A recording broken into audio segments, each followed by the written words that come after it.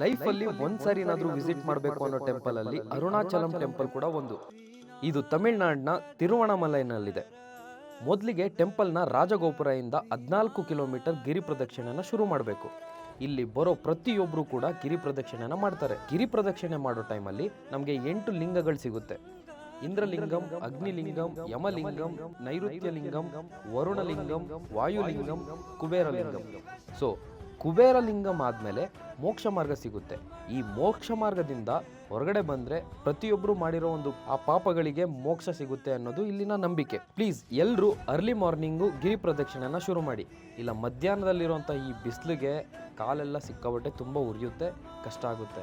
ವಿಶ್ವ ಹೇಗಂತಿದೆ ವಿಶ್ವ ಬೆರಿ ಕಾಲು ಓಯ್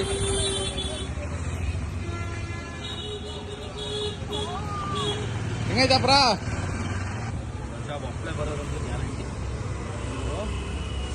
14 ಕಿಲೋಮೀಟರ್. ಒಂದ್ಸರಿ ನಾವು ಇದನ್ನ ಮಾಡಿ ಶುರು ಮಾಡಿದಾಗ ನಾವು ಮಾಡಿರೋ ಪಾಪಕರ್ಮಗಳೆಲ್ಲ ನೆನಪಾಗುತ್ತೆ.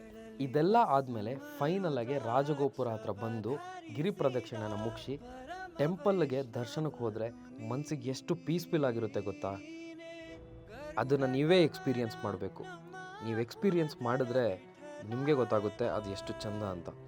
ಶಿವನ ದರ್ಶನ ಮುಗಿಸಿ ಹೋದರೆ ನಿಮ್ಮ ಲೈಫ್ ಚೇಂಜ್ ಆಗುತ್ತೆ ಅನ್ನೋದು ಇಲ್ಲಿ ಎಲ್ಲರೂ ನಂಬಿಕೆ. ಇಲ್ಲಿ ಬರೋ ಪ್ರತಿಯೊಬ್ಬರು ಕೂಡ ಅದೇ ಹೇಳ್ತಾರೆ. ಸೊ ತಿರುವಣಮಲೈನಲ್ಲಿರುವಂತಹ ಅರುಣಾಚಲಂ ಟೆಂಪಲ್ಗೆ ಪ್ರತಿಯೊಬ್ಬರು ವಿಸಿಟ್ ಮಾಡಿ. ಒಂದು ಲೈಫಲ್ಲಿ ಒಂದು ಪಾಸಿಟಿವಿಟಿ ನಿಮಗೆ ಸಿಗುತ್ತೆ.